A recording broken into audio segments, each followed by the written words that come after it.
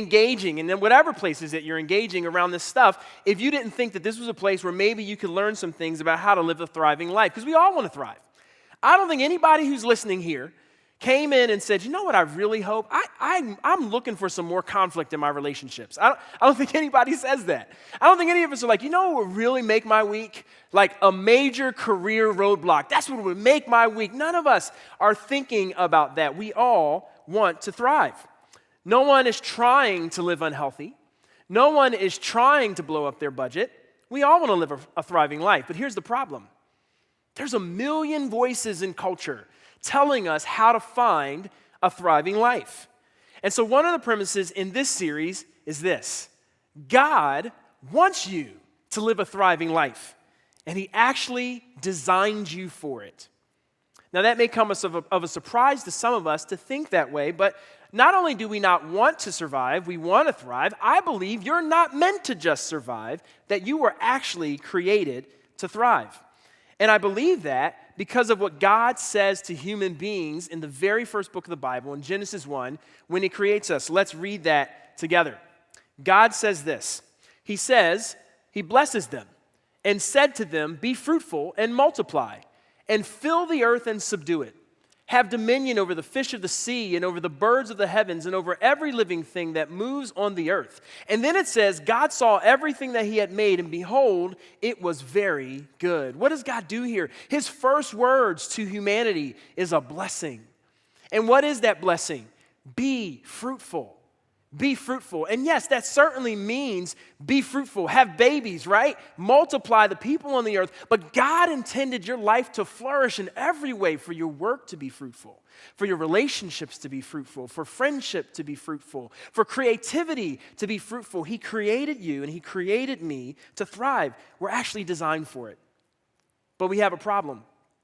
Because obviously when we look around the world, we don't have to look very far to see that there are places where people in this world are not thriving, where things are difficult and not as they should be. And the reason is because very early in the story of humanity, we chose to rebel against the God who blessed us, the God who made us, the God who designed us to thrive. Now, some of us may believe this is myth. Some of us may believe that this is true. I happen to believe that there was a literal Adam and Eve, that there were two people that were the first beings, the first human beings, and that they chose not to trust God.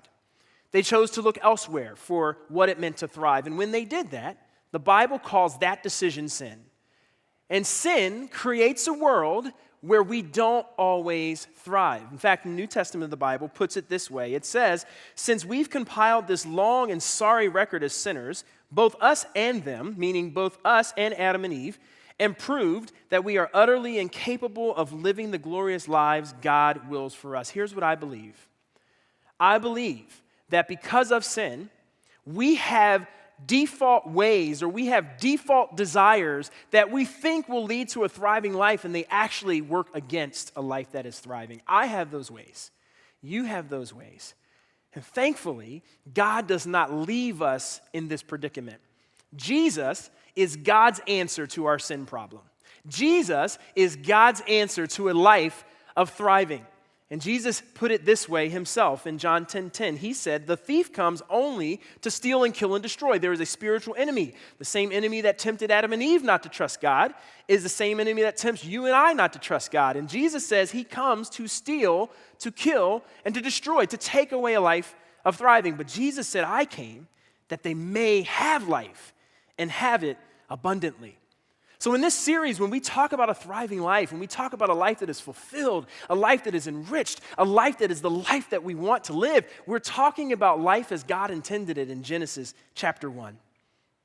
And yet, so few of us actually seem to find that life on a regular basis. I mean, we certainly get glimpses of it. Maybe it's a great vacation, or maybe we have a good season at work, or maybe there's a fun family Christmas we have, but it feels temporary at best. We try, but it just doesn't last. And let's be clear, it's not because we're lacking in suggestions. I mean, there are always suggestions on how to thrive, right? There's always a new diet.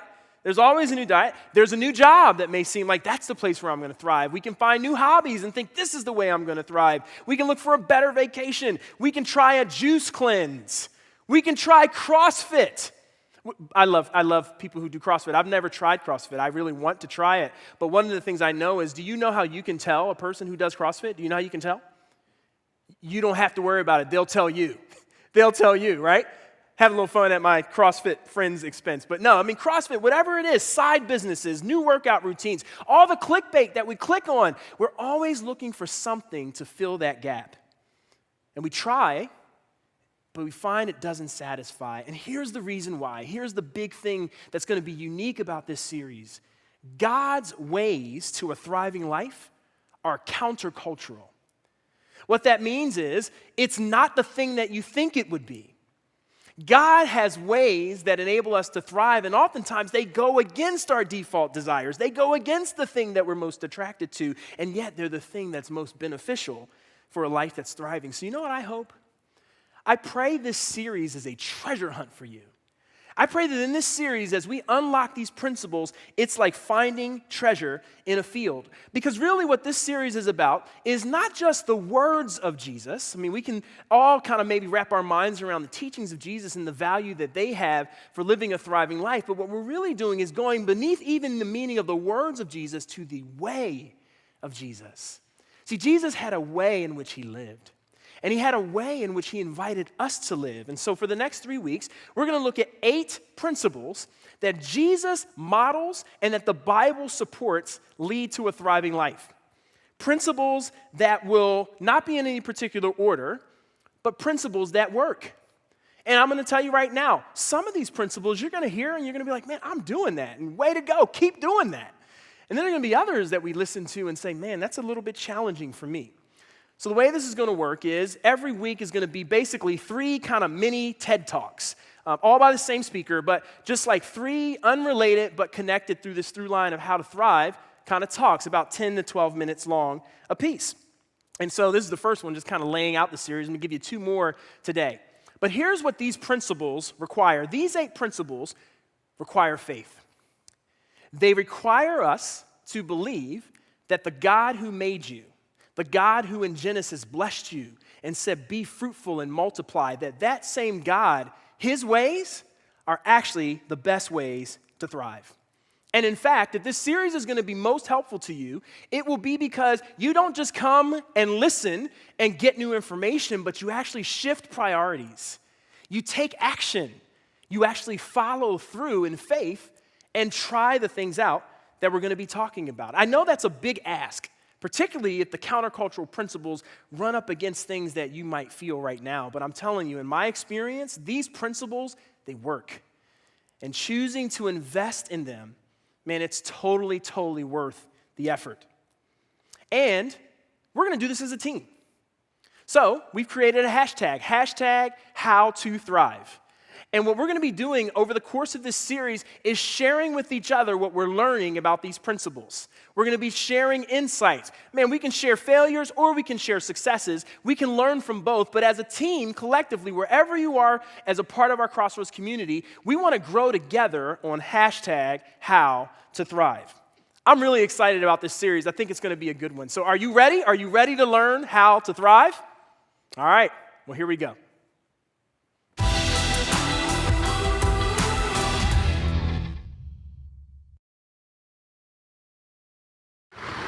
We're the Myers and the Humphreys from Madison, Wisconsin, and we connected on Crossroads Connect. We're John and Lindsay from Canton, Ohio. We just moved here from Cincinnati, Ohio. So thanks to Crossroads Connect, we now have community up here away from home. Thousands of people attend Crossroads every weekend from nearly every state in the country. Hey, my name's Matt Welty. I'm the campus pastor of Crossroads Anywhere, and we believe that church is a team sport. We know that we get the most out of following God and learning more about Him when we do it with other people. So we've made that easier than ever. You can go to crossroads.net/connect and add yourself to the map. That means that people can find you. They can know that you want to be a part of the team, and you can look around the area that you live and find people to attend Crossroads with. You might choose to be a host or find a host. That simply means that you're going to have your home be a place where people can gather around the weekend together. It's a really exciting thing, and we'll make it as easy as possible. We'll send you a kit and walk along that way with you. So head to crossroads.net/connect and get started today. Yeah, that is an amazing tool we have to be able to connect with one another. It's great having you today here at Crossroads Anywhere. We're doing everything. By the way, my name is Brian Tome. I'm the founding and senior pastor of this thing called Crossroads that you're a part of right here and right now. Why would we do something like that with Connect? Because no matter how good the teaching might be on one day or another day, no matter how good the music might be on one day or another day, we know for you to have a truly transcendent experience, you and I need to be with other people. So that's why we put a lot of money in that so you can find somebody else. God knew that Jesus had to come down, take on skin to be with us for us to understand it, and we need to be with skin, with other people to be able to grow spiritually and really get the most out of what Crossroads is. So please put yourself on that map, reach out, connect. Maybe you've been a part of us for 3 months.